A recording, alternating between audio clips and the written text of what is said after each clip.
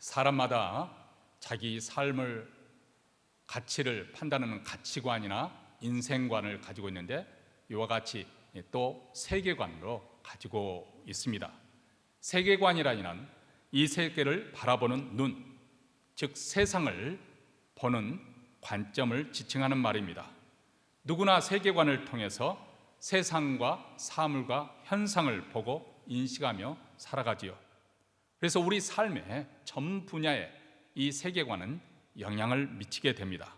그리고 우리가 가진 이 세계관은 바꾸거나 또 고칠 수는 있어도 그러나 이것을 없앨 수는 전혀 벗어버릴 수 없는 마치 안경과 같습니다. 영국 동화 작가 콜린 웨스트가 쓴 핑크 대왕 펄시 더 핑크이라는 책에 보면 사람이 갖는 이 세계관을 이해하는 데 많은 도움을 줍니다. 펄시 대왕은 핑크색을 아주 광적으로 좋아했습니다. 그래서 그의 가진 모든 소유물을 핑크색으로 꾸미도록 했는데 그래도 그는 만족하지 못했습니다. 왜냐하면 세상에는 여전히 다른 색들이 존재하고 있었기 때문입니다. 그래서 펄시 대왕은 고민 끝에 핑크법을 만듭니다. 세상을 모두 핑크빛으로 물들여라. 사람들에게 강제적으로 핑크색으로 바꾸도록 법이 집행되지요. 심지어는 공권력을 동원해서 산과 들을 온통 핑크빛으로 물들였습니다. 심지어 갓 태어난 동물까지도 핑크색으로 염색을 하였습니다. 그래서 핑크빛 초원에 핑크빛 송아지가 뛰어다니고 핑크색 돼지가 나뒹구는 세상이 되었습니다. 그런데 여전히 핑크 대왕은 만족할 수 없었습니다. 왜냐하면 하늘이 핑크색이 아니었기 때문이죠. 그래서 며칠 끙끙대다가 자기 스승에게 묘책을 찾아보도록 명령을 내었습니다. 드디어 스승이 묘책을 발견을 했습니다. 그게 무엇이었을까요? 안경이었습니다. 핑크색 안경을 쓰고 세상을 바라보니까 마침내 온 세상이 완벽하게 핑크빛으로 보였던 것이죠. 그때부터 핑크 대왕은 행복감을 느끼며 진정으로 만족하며 살았다고 합니다. 어떤 안경을 쓰느냐에 따라서 세상의 색깔이 바뀔 수 있습니다. 이처럼 우리가 세상을 바라볼 때 어떤 눈으로 바라보느냐에 따라서 차이를 만들어냅니다. 그래서 예수께서는 마태복음 6장 22절과 23절에서 이렇게 말씀합니다. 눈 몸의 등불이니 그러므로 내 눈이 성하면 온몸이 밝을 것이요 눈이 나쁘면 온몸이 어두울 것이니 그러므로 내게 있는 빛이 어두우면 그 어둠이 얼마나 하겠느냐. 숭수대 교수님 김희곤 목사님은 이 구절을 해석하면서 눈이란 이 단어 대신에 단어를 넣어서 읽도록 했습니다. 관점은 몸의 등불이니 그러므로 내 관점이 성하면 온몸이 밝을 것이요 관점이 나쁘면 온몸이 어두울 것이니 그러므로 내게 있는 빛이 어두우면 그 어두움이 얼마나 하겠느냐. 어떤 관점으로 세상을 바라보느냐에 따라서 해석이 달라질 수밖에 없는 것이고 또 여기에 따라서 우리의 태도와 반응도 달라집니다. 가령 무신론적 세계관을 가진 관점으로 세상을 바라보게 된다면 그 사람은 아무리 노력을 해도 연구를 해도 하나님의 흔적을 발견하지 못할 것입니다. 왜냐하면 그가 가진 세계관은 하나님이 없다는 그것을 전제로 하고 있기 때문에 그렇습니다. 이런 관점을 가진 사람은 하나님을 믿고 사는 인생을 볼 때 참 이해가 되지 않을 것입니다. 어쩌면 답답하게 보일 것입니다. 저 사람들은 왜 저렇게 비과학적인 어떻게 보면 신화에 불과한 미신을 믿고 사는가 어리석다고 느껴질 것입니다. 반면에 하나님의 존재를 믿는 이런 유신론적 세계관을 가져서 세상을 바라보면 이 세상이 우연히 저절로 돌아가는 것이 아니라 우리 하나님께서 이 만물을 창조하시고 지금도 이 만물을 운행하신다는 사실을 알게 됩니다. 그리고 우연이라고 여겨졌던 그 모든 일들이 실상은 하나님의 섭리 속에 있다는 사실을 깨닫게 되는 것이죠. 그때 우연히 친구를 만나서 우연히 친구의 권면에 따라 우연히 그 교회에 갔었는데 어느 날 우연히 말씀을 듣고 은혜를 받았습니다. 그리고 예수를 믿는 사람이 되었습니다. 일반적으로 사람들은 이런 일에 대해서 우연히 일어난 것이라고 생각을 할 것입니다.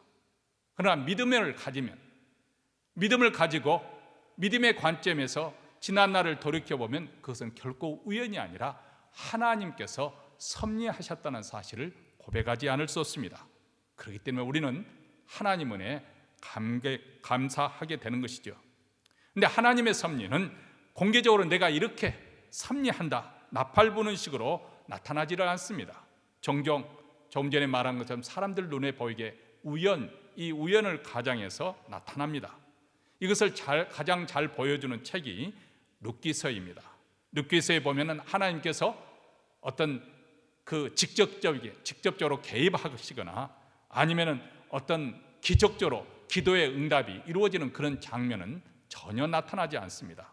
그럼에도 불구하고 그 책 전체에서 흐르는 주제는 바로 하나님의 섭리와 주권입니다.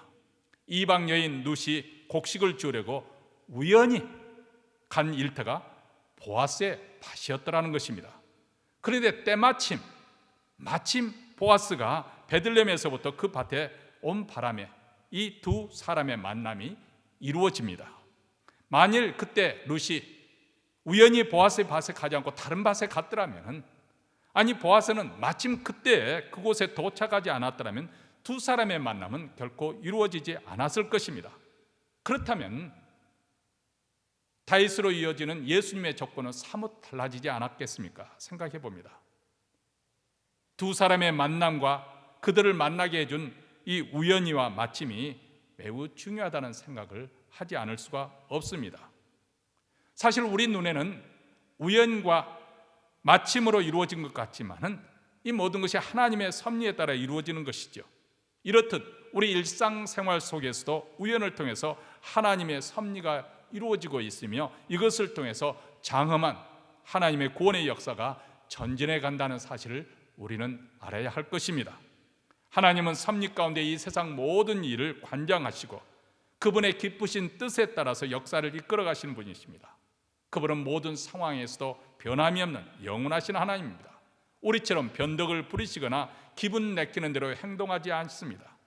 하나님의 계획 분명히 그분은 알고 계시며 그 마음의 뜻을 그대로 그분의 즐거움에 따라 이루시는 분이십니다.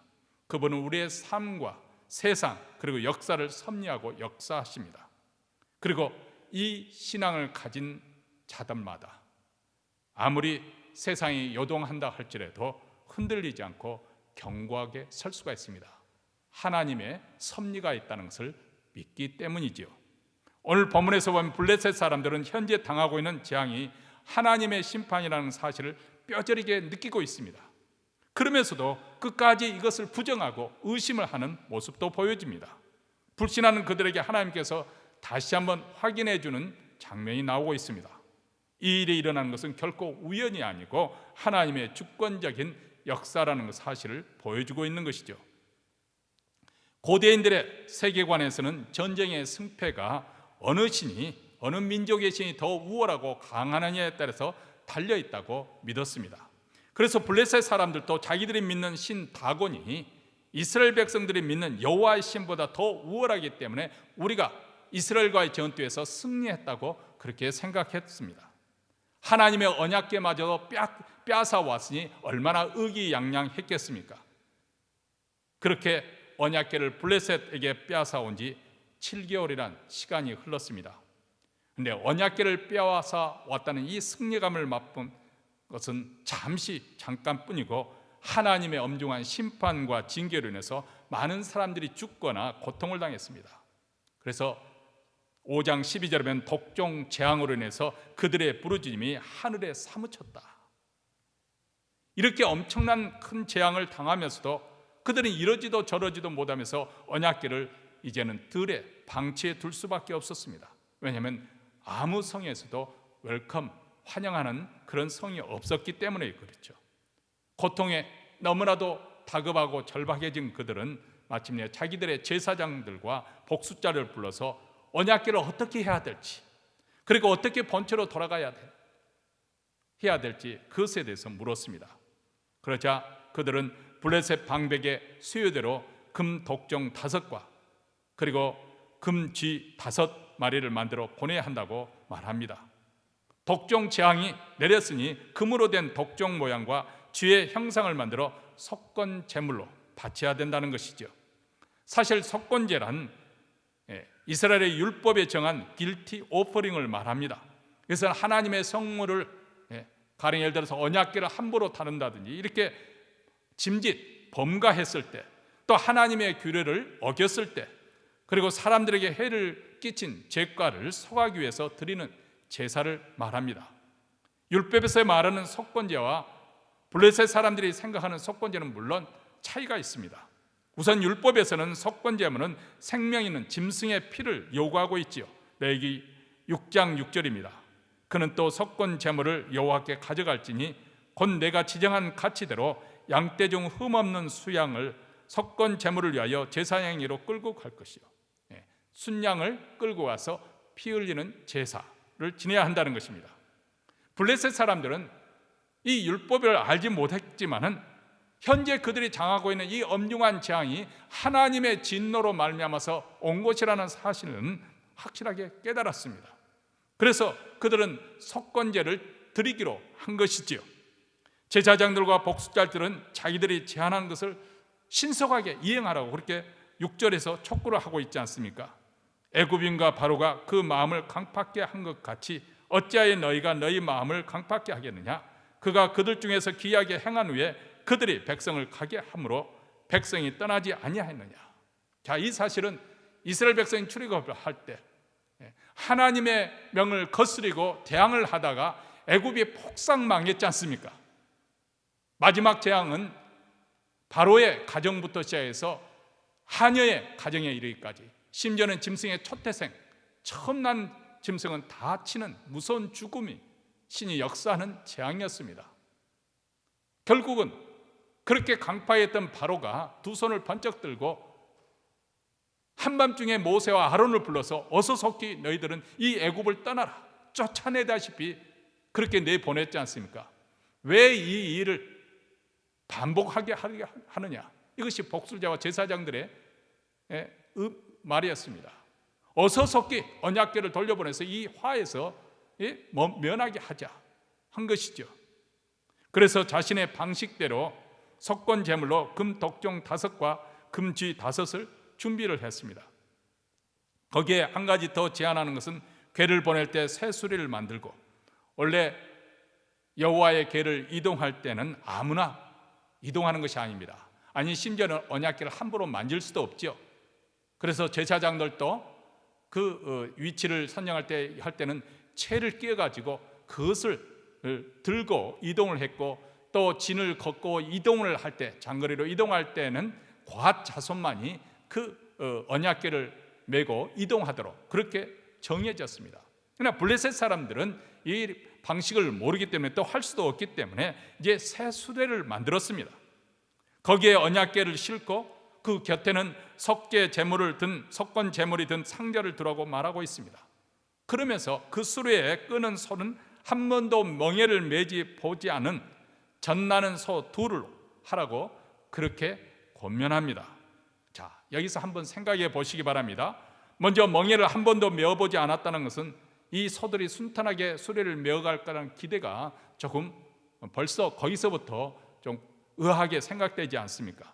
그리고 젖나는 소라고 하는 것은 암소, 새끼 송아지가 있는 암소를 2마리를 끌고 가라는 거죠. 그리고 더군다나 그 송아지를 집에 떼어서 메어놓고, 그리고 젖나는 암소들로 하여금 그 수레를 끌고 가라고 하는 것입니다. 과연 순조롭게 이루어지겠습니까? 그렇다면 왜 그들은 이런 제안을 했을까요? 아마도 블레셋 제사장들과 복수자들은 하나님께 대한 두려움 때문에 속건 제물을 준비하라고 했음에도 불구하고, 또 다른 한편에서는 이 재앙이 과연 여호와 하나님으로부터 온 것인지 아니면 우연일치로 이루어진 것인지 이에 대한 강한 의구심을 떨치지 못했던 것 같습니다. 그래서 진짜 여호와 하나님으로부터 온 것인지 그것을 시험해 보기를 원했던 것이죠. 그래서 한 번도 멍에를 메어보지 않은, 그리고 젖나는 암소 2를 준비하도록 한 것입니다. 언약궤를 실은 새 수레를 끌고서 소들이 곧장 이스라엘 벳세메스로 가는 그 대로로 가면은 그것은 바로 하나님께서 행한 것이고, 만약 그렇지 않고 그것이 아니라고 한다면 우연이지 않을까, 이것을 시험하고자 한 것이죠. 그런데 이게 웬일입니까? 12절 말씀에 보시기 바랍니다. 암소가 벳세메스 길로 바로 행하여 대로로 가며 갈 때 울고 좌우로 치우치지 아니하였고. 자, 암소들은 송아지를 떼어놓고 가는 그 발걸음, 차마 발걸음이 떼어지지 않았을 것입니다. 떨어지지 않았을 것입니다. 그런데 울면서 벳세메스를 향해서 곧장 좌로나 우로로 치우치지 않고 똑바로 그렇게 싣고 가더라는 것입니다. 이를 보면서 블레셋 사람들은 어떻게 생각했을까요? 벳세메스까지 가까이 와서 지켜봤던 그들은 이것이 결코 우연이 아니라는 것을 다시 한번 확인했을 것이고, 우리가 당하고 있는 이 재앙이 여호와 하나님으로부터 말미암았다는 것을 확인하고 돌아가지 않았을 것입니까? 하나님께서는 심지어는 짐승의 본능까지 제어하시고 다스리시고 하시고자 하는 일을 이루고 하시는 분이신 것을 알 수가 있습니다.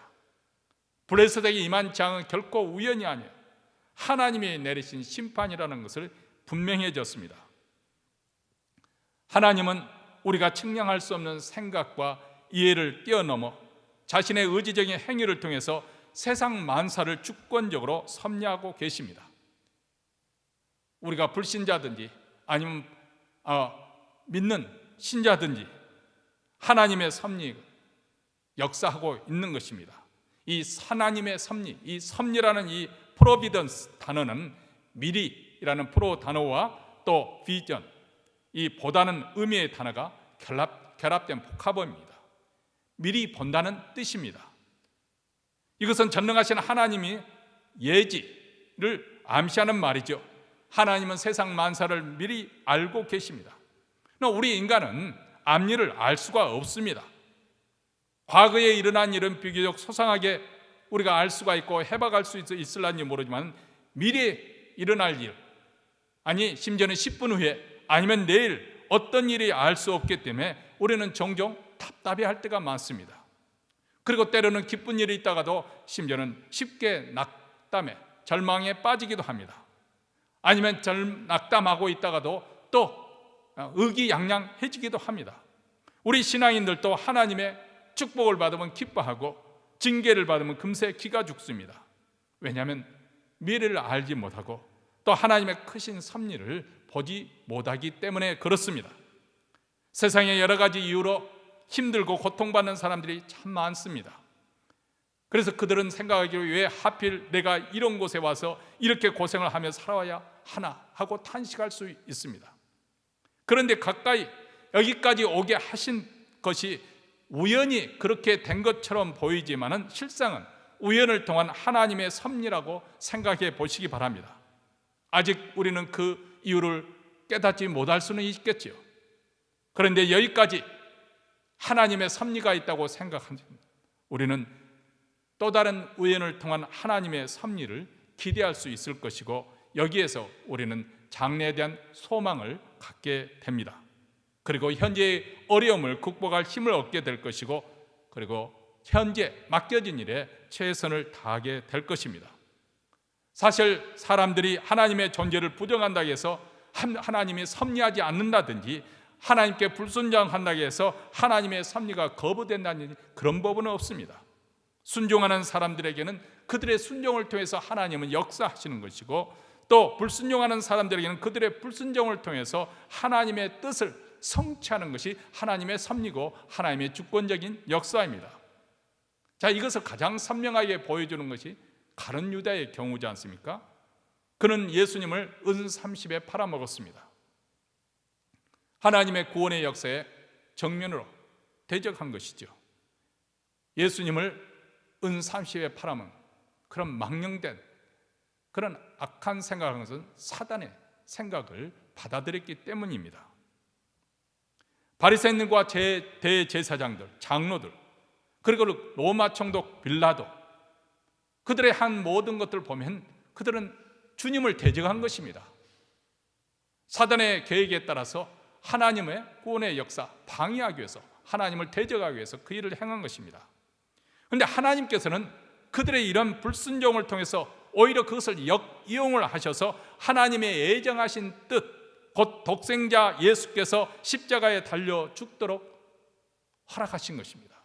이로써 하나님의 작정된 뜻, 즉 누구든지 주의 이름을 부르는 자마다 구원을 얻는 이 놀라운 구원의 문이 활짝 열리게 된 것입니다. 저들이 불순종함으로 오히려 하나님의 구원의 경륜을 성취하게 하신 것이죠. 그러면 불순종으로 하나님의 뜻이 이루어진다 하면, 순종함으로써 하나님의 뜻이 이루어진다면 여기에 무슨 차이가 있겠습니까? 아니, 정말 인간의 논리로 말하자면 불순종해서 하나님의 뜻이 이루어진다면 오히려 처벌을 받을 것이 아니고 칭찬받아야 될 거 아닙니까? 아닙니다. 저들은 악한 의도로 악을 행한 것이죠. 저들이 스스로 그것을 선택한 것입니다. 그리고 그 선택과 행위에 대한 결과에 대해서 책임을 져야 되는 것이죠. 저들의 불순종과 악한 행위에는 하나님의 엄중한 심판과 형벌이 기다리고 있습니다. 반면에 순종하는 자들은 이는 하나님의 함께 하시고 또 하나님께서 보호하심과 인도하심이 가운데서 저들에게 생명과 복이 약속되어 있습니다.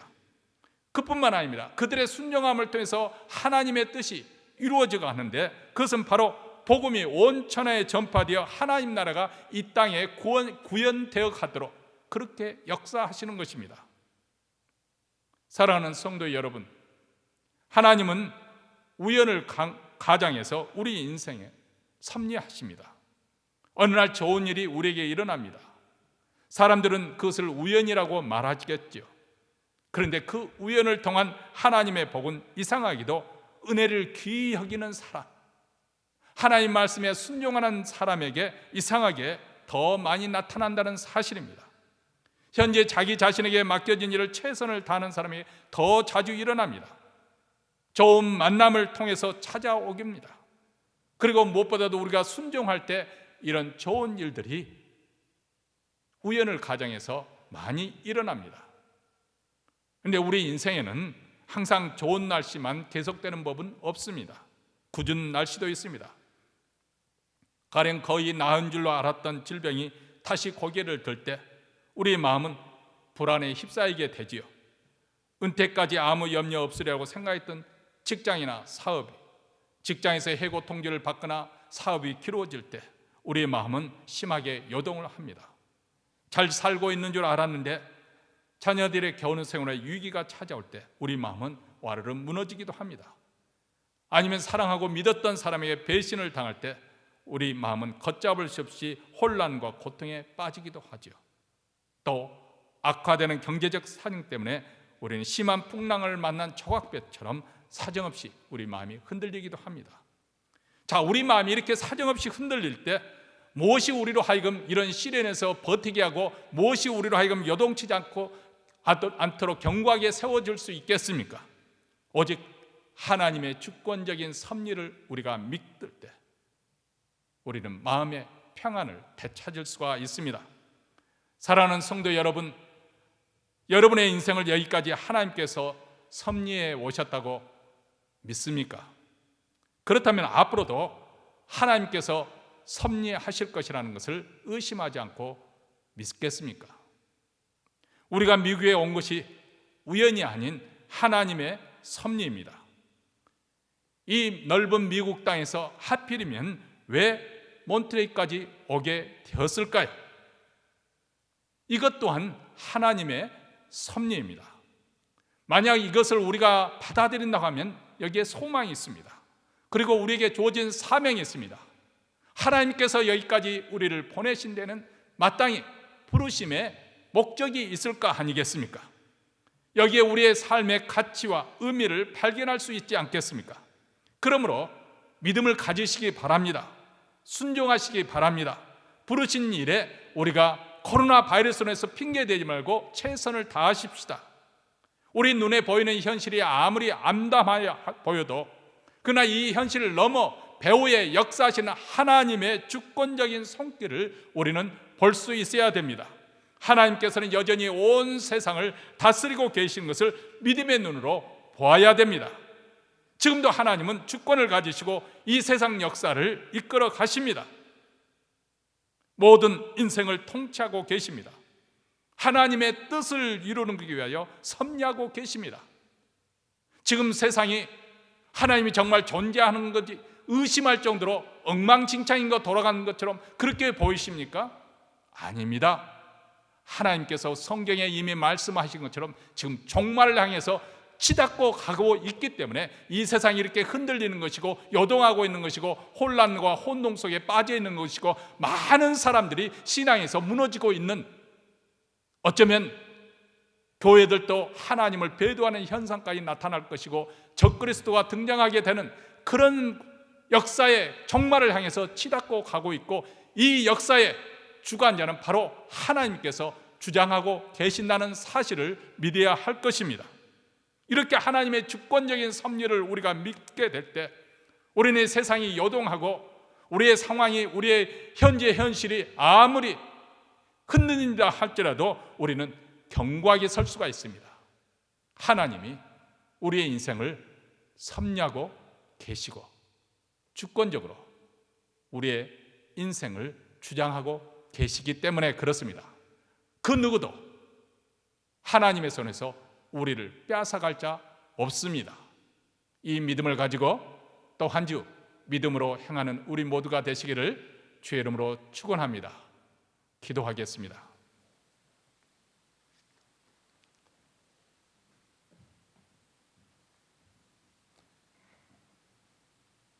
사랑하는 성도 여러분,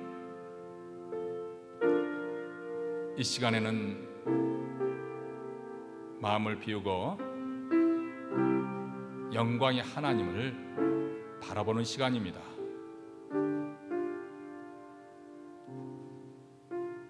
우리 자신을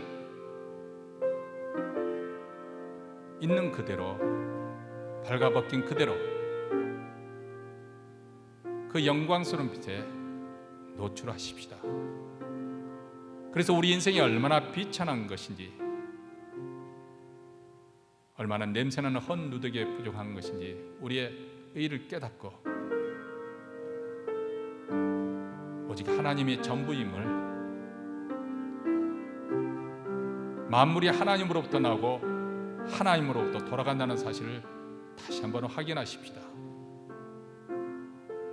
하나님께서 이 세상을 주관하고 계시고 우리의 인생을 섭리하고 계십니다. 현재 보이는 그 일로 인해서 마음이 흔들리지 마시고 여기까지 우리 인생길을 섭리해 오신 우리 하나님이 앞으로도 여전히 우리 인생을 주장하시고 이끌어 가시고 섭리해 주신다는 사실을 믿는 믿음으로 든든히 서시기 바랍니다. 하나님 아버지 감사합니다. 오늘 또 말씀을 통해서 다시 한번 이 세상 현상으로 심히 마음이 요동칠 때, 또 우리에게 지금 밀어닥치는 여러 가지 도전과 시련을 인해서 마음이 흔들릴 때 다시금 우리가 하나님의 손에 있으며 하나님의 섭리 가운데 있음을 믿음으로 고백합니다. 이제 새롭게 시작한 한 주도 이 믿음을 가지고 열심히 살게 하시고 성실히 살게 하시고 또 부르심 받은 대로 최선을 다하는 저희들의 삶이 되게 하옵소서. 이제 예배의 순서에 따라 준비한 예물을 가지고 하나님 앞에 나옵니다. 우리는 하나님의 백성이요 하나님의 자녀입니다. 하나님께서 우리를 자녀로 불러주셨사오니 하나님께서 우리를 책임져 주실 줄로 믿습니다.